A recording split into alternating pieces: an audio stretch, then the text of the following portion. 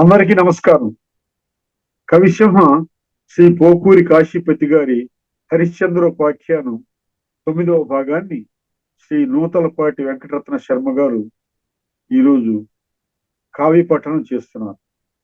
వారికి స్వాగతం.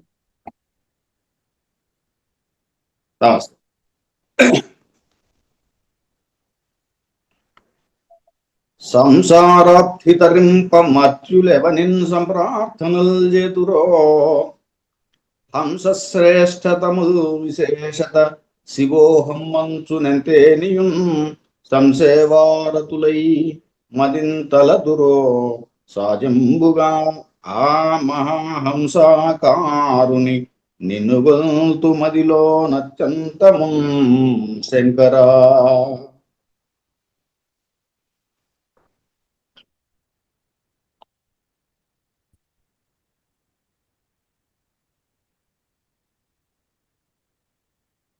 ఈరోజు భాగంలో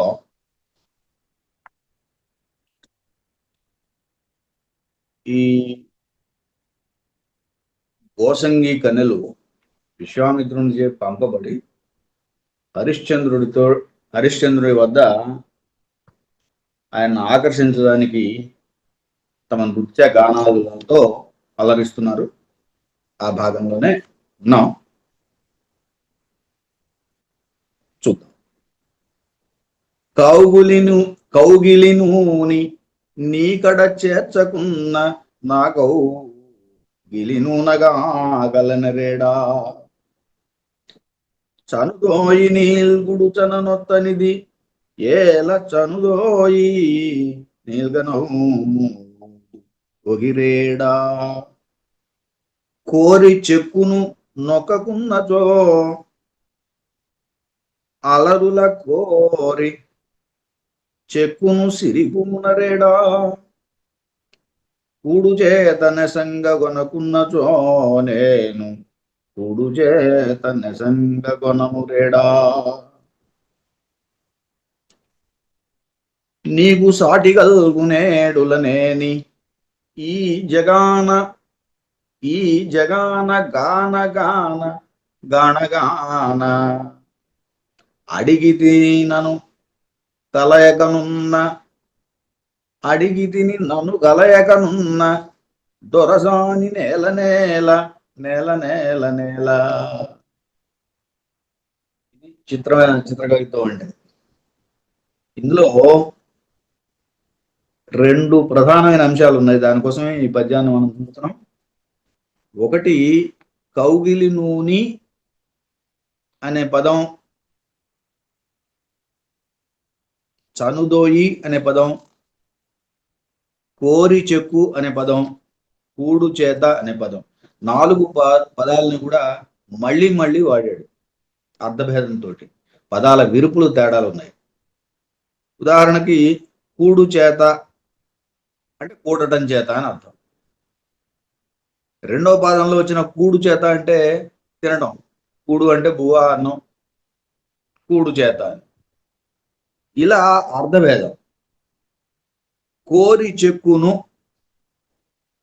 కోరికతోటి, చెక్కు చెంపలను అని, చెక్కిళ్లను అని. రెండవ పాదంలో కోరి చెక్కును అన్నప్పుడు ముందు లా ఉంది, అలరుల కోరి చెక్కును అని. అలరుల కోరిలు అంటే పూల బాణాలు అని.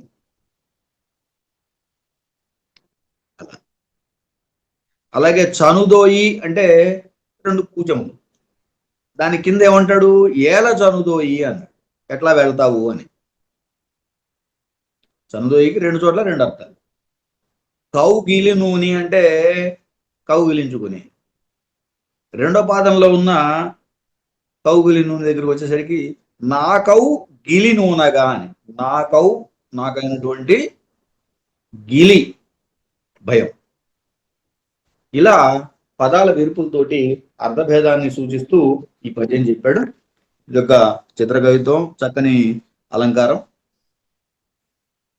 అలాగే ఇక రెండో విషయానికి వస్తే, గాన గాన గాన గాన గాన. ఇది ఆటవెల్ది పద్యం. ముందుదేమో శీర్ష పద్యం, శీర్షానికి ఎత్తు గీత ఇది. ఆ ఎత్తు గీతలో 2 4 పాదాలు చూడండి. గాన గాన గాన గాన గాన. పద్యం మొత్తం చదివితే కానీ అర్థం కాదు అక్కడ. నీకు సాటి గల్గు నేడులనేని జగాన. నీకు సాటి అయినటువంటి రాజులని ఈ జగాన. ఒక గాన వచ్చింది, జగాన ఈ లోకంలో అని, ఈ జగంలో అని. కాన, జగాన కాన ఈ లోకంలో చూడలేదు. రెండు అయిపోయినాయి అక్కడికి. జగాన లోకంలో, గాన చూడలేదు. గాన గాన గాన, గాన గాన గాన, జగాన గాన గాన. 2 సార్లు కాన కాన అన్నాడు, చూడలేదు. మూడో దగ్గరికి వచ్చేసరికి గాణ అన్నాడు. గాణ అంటే అణ, గాణ అంటే ఈ పాటలు పాడేటువంటి వాడు, గాయకుడు, గాయని. గాన గాన గాయనిని కాబట్టి. అడిగి తిని, ఏమడిగింది? నన్ను కలయకనున్నా. సరే, మొదట ఏమడిగిందో మనం చెప్పుకున్నాం. ఛత్రం అడిగింది, రాణి కావాలనుకుంది, ఇలాంటివన్నీ ఉన్నాయి. కలయకనున్నా, నన్ను కలయకనున్నా, దొరసాని నేల నేల. దొరసాని ఆ పై 3వ లైన్ చివరి దాకా వెళ్ళింది. నేల నేల అనేది 4వ లైన్లోకి వచ్చింది. దొరసాని నేల నేల, దొరసానిని ఏల నేల. ఆమె నేలటం ఎందుకు? దొరసాని అంటే ఎవరు ఇక్కడ? చంద్రమతిని ఏల నేల. మిగతా ఇంకా 3 నేలలు ఉన్నాయి. నేల నేల నేల. నేలను ఏలను ఏల. నేలను భూమిని అంటే రాజ్యాన్ని, ఏలను పరిపాలించడం ఎలా ఎందుకు? ఇలా దొరసాని నేల నేల, దొరసాని ఏలుకోవడం ఎందుకు? నేల నేల నేల, నేలను ఏలుకోవడం ఎందుకు? వెరసి 4వ పాదం మొత్తం కూడా నేల నేల నేల నేల అని కనిపిస్తుంది. 2వ పాదం మొత్తం కూడా గాన గాన గాన గాన గాన. ఇది చిత్రకవి. సరే, మొత్తం మీద నన్ను గనక కౌగిలించుకోకపోయినట్టయితే, అలాగే నా చెక్కులు నొక్కకున్నట్టయితే, నాతో కలవకపోయినట్లయితే ఏమవుతుంది? ఇవన్నీ నీకు వృధా అన్నట్టుగా చెబుతాం.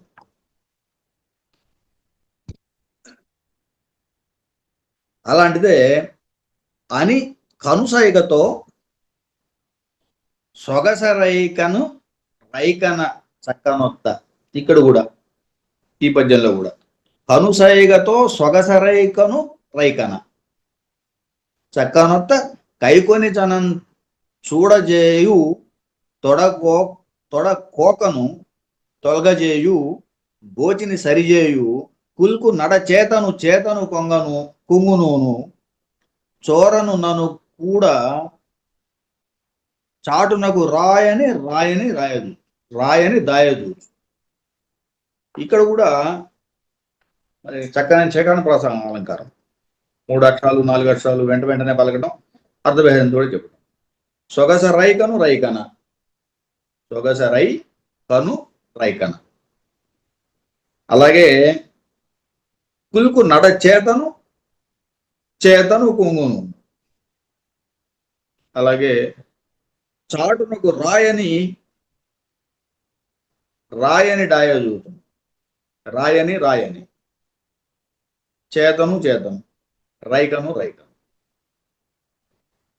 అర్థం దగ్గరికి వచ్చేసరికి కనుసైగతో సొగసరై కను, సొగసరై అందగత్తై కను రైకన ఉన్నటువంటి రైక చక్కన వస్తాను, దాన్ని సరి చేసుకుంటున్నట్టుగా. అలాగే కుల్కు నడ చేతను, కుల్కు నడక చేత చేత అనేది ఇక్కడ తృతీయ విభక్తి. కుల్కు నడ చేతను కొంగును, చేత్తో కొంగును, పై కొంగును పట్టుకుంటుంది. అంటే ఒక చేతకు ఒక అర్థం వచ్చింది, ఇంకో చేతకు ఇంకో అర్థం వచ్చింది. చోర అంటే బాలను అని. నన్ను కూడా చాటునకు రా అని, అక్కడ రాయని ఎడాగమ సంధి వచ్చింది, ఎడాగమం వచ్చింది.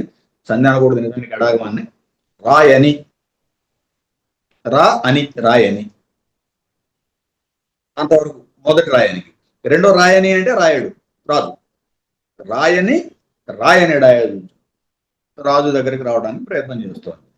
ఈ రకంగా ఆమె అక్కడ కూలిపోతూ రాజు దగ్గరికి రావడానికి ప్రయత్నం చేస్తాం. ఇది ఒక శకానం ప్రాసాలంకారం. సీయని అల్కనూనియు ఇసీయని నన్నను కూడగానుడు తీయగ నాడినన్ తలలు తీయగ నాయనటంచు. ఆయన ఈ వీళ్ళ వ్యవహారానికి ఆయన కొంత విసుక్కున్నాడు, చీ అన్నాడు, చీ కొట్టాడు. ఆ తర్వాత నువ్వు మాటలు తీయగా పలికినంత మాత్రం చేత, తీయగా మాట్లాడితే నాలుక కోస్తా అన్నాడు, కొడతా అన్నాడు. తీయగా నాడినన్ తలలు తీయగ నాయనటంచు కొట్టి తా కోయుదనంచు కత్తి ఇదిగో కత్తి చూపించాడు ఏకంగా. ఉదుటెల్ల నడంచునంచు నీ గర్వాన్నంతా కూడా అణుస్తాను అని చెప్పేసి కైసేయగా కత్తిని చేతితో పట్టుకుని చూపించాడు. కొట్టబోయాడు, కొట్టలేదు నిజానికి. అప్పుడు నేస్తి ఆగునటుసే జగని నిలిచిన చెడలేచుచున్న. ఆ సమయంలో ఆయన నేస్తి, ఆయన ఉన్నాడు కదా, ఆయన పేరేమిటి, మంత్రి సత్యకీర్తి, ఆయన ఆపాడు. ఆపడంతో హరిశ్చంద్రుడు అక్కడ ఆగాడు. ఇక ఈ పిల్లలిద్దరూ కూడా ఏడ్చుకుంటూ తిన్నగా తండ్రి దగ్గరికి వెళ్ళారు. తండ్రి వద్దకు వెళ్ళి ఏం చెప్పారు? గసగలుగగా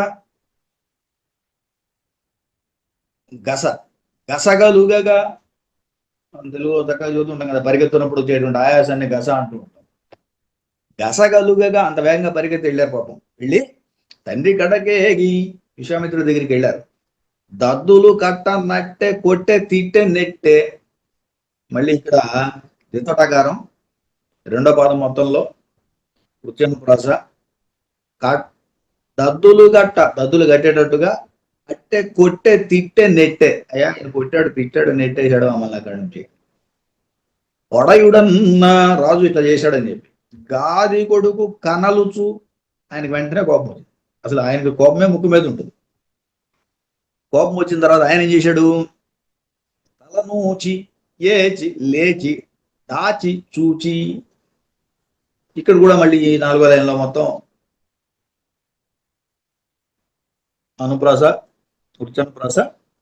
ఇక్కడ కూడా తల నుంచి తల పంకించాడు, అట్లా అతిశయించి పైకి లేచి సమీపించి చూచి, ఏచి లేచి దాచి చూచి. ఈ రకంగా చూశాడు ఆయన్ని. ఆ చూసిన తర్వాత వీళ్ళని, ఆయనకి వెంటనే కోపం వచ్చిందన్నాను కదా, ఆ కోపాన్ని ఎలా చెప్పాడంటే ఉరుకూడు తురుడు చుచురుగు చుక్కులును చూచుచు దుడుకు దురుసం దురుతుం నుదుసం నుదుటం గురుకును చుక్కుతులు సుకుంచు గురుసు. ఇందులో అన్ని ఉత్వాలే, కొమ్ములు. ఉరుకూడు తురుళ్ళుచు చుచురుగుం చూక్కులును చూచుచు దుడుకు దురుసం దురుతుం నులుసం నుదుటం గురుకోనుచు కూతులు సుకున్ జూకురుసు. ఇది సందర్భోచితమైనటువంటి ఛందస్సు. ఇందులో కొమ్ములు ఉంచడం వల్ల ఏం జరిగిందంటే, కొమ్ములు పశుత్వానికి సూచిక. పశువుకి మంచి చెడు తెలియదు. అదిగో ఆ రకమైనటువంటి మంచి చెడు తెలియని స్థితి ఇక్కడ సూచించడానికి వీలుగా ఈయన కొమ్ములతోటి పద్యం రాశాడు. ఆయన ఎగురుతూ మిక్కిలి తీవ్రమైన చూపులతో చూస్తూ, దుడుకుతనంతో, కఠినంగా, వేగిరంగా, తొందరగా, పొగరుతోటి ఈ రకంగా ఈ కుందుతున్న కుమార్తెలను చూస్తూ ఏమో చేయబోయాడు నెక్స్ట్ పద్యంలోకి వస్తుంది. అట్లా గురుకూలుడు అంటే కూలుడు అంటే కుత్సితుడు అని, గురుకూలుడు అంటే మిక్కిలి కుత్సితుడు అని. చురుచు అంటే ఎగురుచు, చుచ్చురుకు అంటే మిక్కిలి తీవ్రమైన చురుకు, చుచ్చురుకు. చూపులు చూపులు, చూచుచు. దుడుకు దురుసు, దురుసు అంటే కాఠిన్యం, దుడుకుతనం అనేది దుడుకుతనం. దురుతున్ వేగురపాటు, నులుసు నుదుటున్. నులుసు అంటే లోపం, లోటు పోని. ఉదుటున్ అంటే పొగరు, గర్వం. అలాగే కురుకూనుచు, కురుకూనుచు, నిద్రపోందుచు. కూతుల వృత్తాంతానికి బాధపడుతూ, చూకురుసు, బాధపడుతూ. ఈ మొత్తం కూడా ఇలా ఉకారంతో క్రియలతోటి రాసినట్టుగా రాశాడు. క్రియలు కూడా కావు, ఉకారం అచ్చగా కొమ్ములే. సరే, చూకురుచు ఎక్కడ చూకురుచు అని ఆపాడో ఆ చూకురుచు మళ్ళీ ఇక్కడికి వచ్చాడు. ఈ పై పద్యాన్ని చూకురుసు అని ఆపాడు కదా, మళ్ళీ ఇప్పుడు చూకురుసు అని నా తర్వాత పద్యాన్ని మొదలు పెడతాడు. చూకురుచు రేని సత్తిని చూతుననుచు, తోక దొరికిన తాచునా దూకులిడుచు. రేని శక్తిని చూద్దాం అనుకున్నాడు, సత్తిని చూతుననుచు. సత్యము శక్తి, శక్తి అంటే శక్తి, ఆయన యొక్క సత్యాన్ని. అలాగే సత్తు అంటే సత్యం, శక్తి అంటే శక్తి, శక్తిని చూద్దామని చెప్పేసి తోక దొక్కిన త్రాచున దూకులిడుచు. తోక దొక్కిన తాగులాగా పాములాగా దూకాడట ఒక్కసారి. ఔడులను గొరుకుచు, సాధారణంగా కోపంలో ఉండేటువంటి చేష్టలు ఇవన్నీ కూడా. ఔడులను గొరుకుచు, పెదవులు కొరికాడు కోపంతో. జోగి అరుగుదంచుటెరిగి రేడాలు కొడుకెదురేగి తెచ్చి. ఆ రకంగా ఆయన కోపంతో వస్తూ ఉండగానే హరిశ్చంద్రుడు కొడుకుతోటి భార్యతోటి, కొడుకు ఆలు, రేడు ఆలు కొడుకు ఎదురేగి తీసుకొచ్చారట ఆయన్ని. ఈ సంగతి తెలుసు.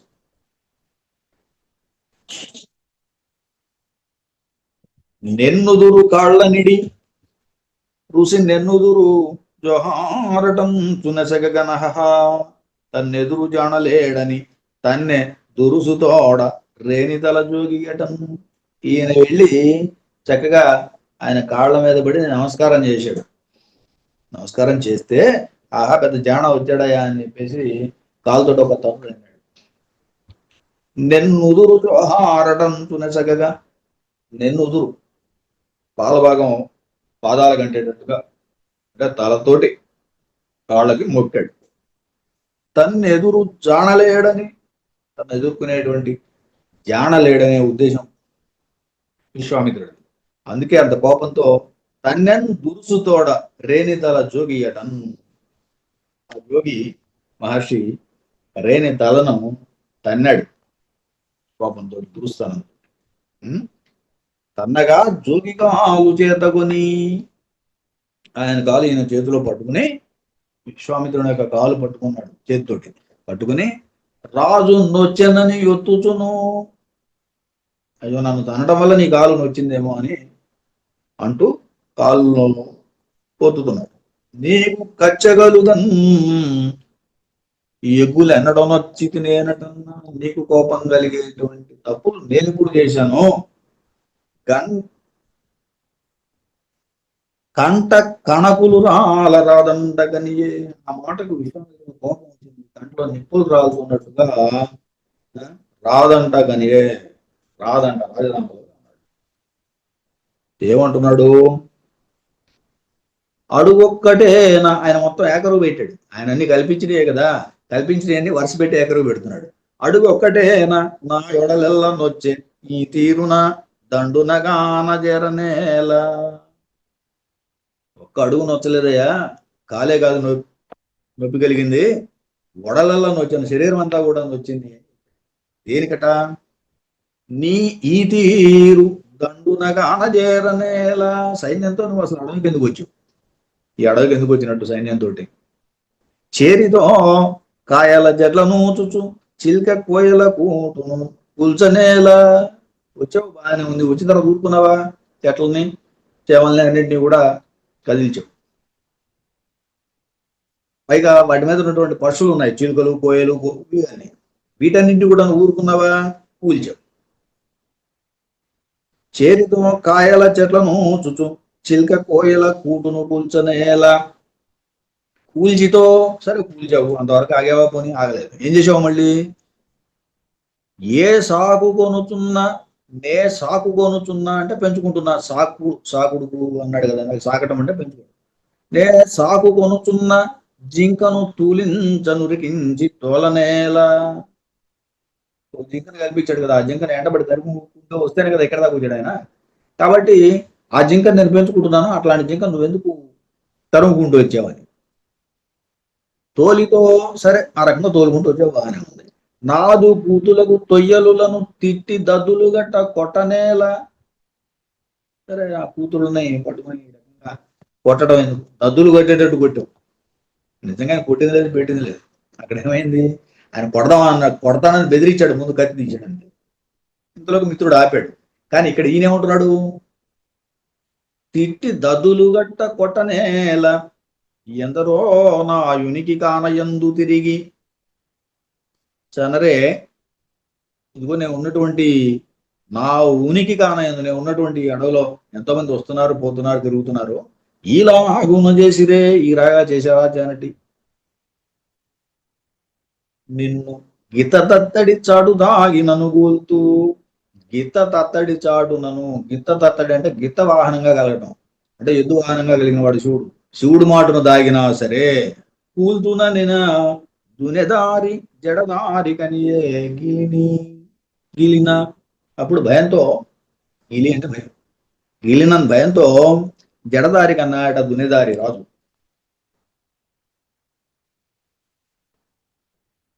ఇక్కడ కూడా మళ్ళీ ఒక చక్కని చిత్రమైన పద్యం ఉంది. చిత్రకవిత్వమే, ఏకాక్షరం, ఒకే అక్షరంలో పద్యం. నేనెన్నైనను నీనన్నానా, నేనానను ననా, నన్నననవునా, నిన్ను నిన్ననన్నానా, నేనున్నాననా అని నన్నన్నా. ఒకటే అక్షరం నా.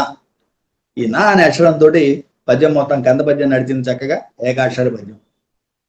నేనెన్నైనను నీనన్నాను, ఎన్నైనా ఈయనన్నానా అని. నేనెన్నైనను నీనన్నానా, నేనాననుననా, నన్ననవునా.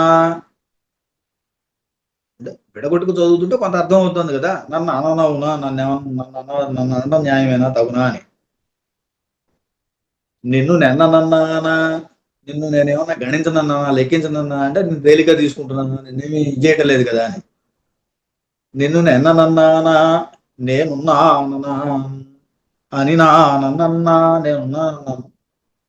ఏదైనా ఇవ్వడానికి, ఏదైనా చేయడానికి, చూడటానికి రాజు కదా అని చెప్పేసి ఆయన తన బాధ కూడా వెళ్ళబోసుకుంటున్నాడు హరిశ్చంద్రుడు విశ్వామిత్రుడితో. తెలియక చేసినాడనుగదే అరితిన్ గనకున్న నోర్చగాగలనే, జరీన నీ అనుగు కందొక ఎగునరించనేని చేతుల ఒగిగట్టి లోతు నీద్రోయుదే అంతును రాయుడంతయున్ తల రుసి దొక్కయందు నిడి తారెడు చేసినంజేను. తెలియక చేశాను, తెలియక చేసిన ఆటను గదే, ఇదంతా కూడా నాకు తెలియకుండానే జరిగింది. అరిదిన్ కనకున్న నోర్చగాగలనే, ప్రేమతో చూడకపోతే నేను ఓర్చుకోగలనా? కాందొక ఎగ్గు అనరించనేని, ఒక పిల్లడు ఒక తప్పు చేసినట్టయితే, కాందు ఒక ఎగ్గు అనరించనేని, ఏదైనా ఒక తప్పు చేసినట్టయితే చేతులను గట్టి, రెండు చేతులను కట్టేసి లోతు నుయ్యి త్రోయుదే, లోతైన నూతిలో తోస్తావా? అటు ఏం కదా. అట్లాగే రాయుడు ఎంత ఇంతల రుసి దొక్క ఎందు నిడి తారుడు చేసిన చేయను. కాబట్టి ఆ రకంగానే నీ పిల్లాడు అనుకో, తప్పు చేశాను అనుకో, అంత మాత్రం చేత రాయి గట్టి నీళ్లలో నూతిలో వేయవు కదా, కాబట్టి నన్ను రక్షించు అని చెప్పి డొక్కలో తల పెట్టి ఆయన మళ్ళీ వేడుకుంటున్నాడు. ఎవరిని? విశ్వామిత్రుడు. ఆయన ఏమంటున్నాడు, జడదారి రాయడందున పడు నెనరుంగలిగినట్లుగా ఇట్లనే. ఆయన అప్పుడు కొంచెం దయదగినట్టుగా ఒక మాట అన్నాడు. ఏమన్నాడు, ఎడయుడా ఇక ఏనియు నా నుడులాలించి నన్ను లెసను గనంగనగు, ఇప్పటికైనా నా మాటలు వింటే నీకు క్షేమం కలుగుతుంది అన్నాడు. ఏమిటా మాట, కడగండ్లేటికి నా సాగుడు కూతురుగాన కోసగిజులంతొడరి దొరసానులడు ఈ గడెన్ తాళింగట్టి ఎలగా నవ్వునని. వాళ్ళు నా పెంపుడు కూతుళ్ళయ్యా, కాబట్టి వాళ్ళకి ఈ సమయంలో ఈ క్షణాన తాళి కట్టి ఏలుగొదగును. అలా కనుక చేసినట్టయితే నీ కష్టాలన్నీ పోతాయి, ఈ సమస్యలన్నీ తీర్తాయని. కడగండ్లేటికి నా కడగండ్లేటికి కడగండ్లు పడడం ఎందుకయ్యా, వదిలే. సాకుడు కూతురులు అవునుగా, నా సాకుడు కూతురు నా పెంపుడు కూతురు కాబట్టి గోసగి చెలులని గోసగి పిల్లలందరినీ కూడా దొరసానులటులు ఈ గడే, ఈ క్షణంలోనే, ఈ గడే తాళిని గట్టి ఏలగా అనగు అని నన్ను తాళి కట్టి ఏలుపు అన్నాడు. దానికైనా ఓ జడదారి రాయ ఇటు రయ్యన ఆనతిశయనవునే, ఈ రకంగా ఆనందపడడం న్యాయమేనా? నేను రాజును కాబట్టి గోసగుల రాణులుగా కొని ఎత్తు ఏలుకొనను. గోసగు పిల్లల్ని రాణులుగా చేసుకుని ఎట్లా ఏలుకుంటానయ్యా, ఇది సాధ్యమేనా? జోహారులు ఇదిగాక ఏ కోరికనైనా, ఏ కోరిన రడ్డునైనా, ఇక్కడ మాట దారాడు పాపం, ఇది కాకుండా ఏ కోరిన రడ్డునైనా, రాజ్యాన్నైనా అన్నాడు. చివరికి రడ్డు అంటే రాజ్యం. జోహారులు ఇదిగాక ఏ కోరిన రడ్డునైనా ఈ రోజున నీయనెంతు, ఈ రోజున ఇచ్చేస్తాను. కనరు కొని చూడకూడను చురేడనం, ఆ రకంగా మన కోపంతో చూడద్దు. కాబట్టి కోపం మాని చూడు. నేను నీకు అవసరమైతే ఈ రోజున రాజ్యాన్నైనా ఇస్తాను, కానీ ఈ గోస పిల్లల్ని చేసుకున్నాను. ఈ రాజ్యాన్నైనా ఇస్తాను అనే మాట దారడంతో వెంటనే అక్కడ పట్టుకున్నాడు విశ్వామిత్రుడు. ఆడిన నుడులందిరిగన్ చూడని యొడయుడగుదేని, ఆడిన మాట వెనక్కి తిరగనటువంటి రాజునైతే, వెనక్కి తీసుకొని రాజు అయినట్టయితే, సొగసలదగని నాడిక గోరితి, ఈ రాజ్యాన్ని కోరుకున్నాను. నీకు ఈనాడిక ఈడితినని కేలున నీళ్ళిడునా, ఈ రాజ్యం నీకు ఇస్తున్నా అని చెప్పేసి నీళ్లు పోయి, సాధారణంగా దానం చేసేటప్పుడు నీళ్లతోటి దానం చేసేస్తారు కదా, అట్లా ఆ నీళ్లతోటి దానం చేయి ఈ రాజ్యాన్ని నాకు అన్నాడు. ఎందుకంటే ఈయన ఇస్తా అన్నాడు కదా, అడిగితే రాజ్యమైనా ఇస్తా అన్నాడు, తొందరపడ్డాడు కాబట్టి ఆ తొందర నేను చక్కగా పట్టుకున్నాడు. వెంటనే సరే రాజ్యాన్ని ఇవ్వు. అయ్యో నుడిజారిది నా కుయ్యాలిందురిగా ఏరకో ఎకట, అయ్యో పొరపాటు రోజుదారానే, ఇక నా మొర ఆలకించేది ఎవడు, తెన్నయ్యేది మార్గం ఏమిటి, రడ్డు నొసంగక ఇంకా ఇంతకన్నా తప్పదు, రాజ్యం ఇవ్వక తప్పదు. ఈయడం టకటం కొనగుదనట్లని నన్ను, ఒకవేళ ఇయ్యకపోతే టకటంకి అవుతాడు, మోసగారు అవుతాడు. అందుకని ఖచ్చితంగా ఇచ్చి తీరాల్సిందే, ఇంకా వేరే మార్గం లేదు. నాకు అవునే తొలగన్ కన్నాగౌనకేతి కన్నన అడుదలచన్, చీకాకులు కోయిలలకు చీకాకులు నెన్నీడిన చెడునాయనుతు, మాట తప్పడం నా వల్ల కాదు. ఆ గౌనె తొలగన్ మాట తప్పడం నా వల్ల కాదుగా. కన్నాగౌనకేతి కన్నా, సరే ప్రభుత్వం కన్నా, ఖ్యాతి కన్నా, ఖ్యాతి అంటే కీర్తి కన్నా ప్రభువు కావడం గొప్ప ఏం కాదు, ఖ్యాతే ముఖ్యం. చీకాకులు కోయిలలకు, చీకాకులు ఎన్నిడిన, చీకాకులు కోయిలకి కాకులు ఎన్నిడినప్పటికీ చెడునా అనుతుంది. కాబట్టి ఇలాంటి ఇబ్బంది నాకు వచ్చింది, దాన్ని సర్దుకోవాలంటే ఎందుకన్నా మార్గం లేదు, మాట తప్పడం నా వల్ల కాదు, కాబట్టి రాజ్యాన్ని ఇవ్వక తప్పదు అని చెప్పేసి ఆయన ఒక నిర్ణయానికి వచ్చాడు. నే జన్నిగట్టులకు నొగి జేజేలగిడినట్టి యూళ్ళు చేలుందక్కన్ రాజుగి నేల కొనుడని రాజయ్యడ ఋషికి కేలరహిని లిడియన్. అప్పుడు ఏం చెప్పాడు ఈయన, రాజ్యం ఇస్తున్నాడు, నీళ్లు తెప్పించాడు, నీళ్ళతోటి చేతిలో పూసాడు, నీళ్ళు రాజ్యం ఇస్తున్నాడు. అవి ఇచ్చేటప్పుడు మాత్రం ఒక్క కండిషన్ ఏంటంటే, ఊళ్ళు చేలు దక్కని ఎవరికి ఇచ్చినవి? దేవతా మాన్యాలు కానీ బ్రాహ్మణులకు కానీ ఇచ్చిన మాన్యాలు తప్ప. జన్నిగట్టులకు ఒక జేజేలకు, బ్రాహ్మణులకు అలాగే జేజేలకు దేవతలకు ఇచ్చినటువంటి ఊళ్ళు చేలు తప్ప మిగతా అన్ని కూడా రాజ్యం, మిగతా అన్ని రాజ్యం నీకు ఇస్తున్నానని చెప్పేసి ఆ చేతిలో నీళ్లు పోస్తూ రాజ్యాన్ని దానం చేశాడు, ధారాదత్తం చేశాడు. ధారాదత్తం అంటాం అందుకే, నీటితోటి దిగటాన్ని ధారాదత్తం. ఇలా మొత్తం మీద నీళ్ళని పోస్తూ రాజ్యాన్ని ఇచ్చాడు. మిగతా కథ రేపు చూద్దాం. స్వస్తి. కవిసింహ శ్రీ పోకూరి కాశీపతి గారి హరిశ్చంద్రోపాఖ్యానాన్ని కావ్య పట్టణం గావించిన శ్రీ నూతలపాటి రత్న శర్మ గారికి ధన్యవాదాలు.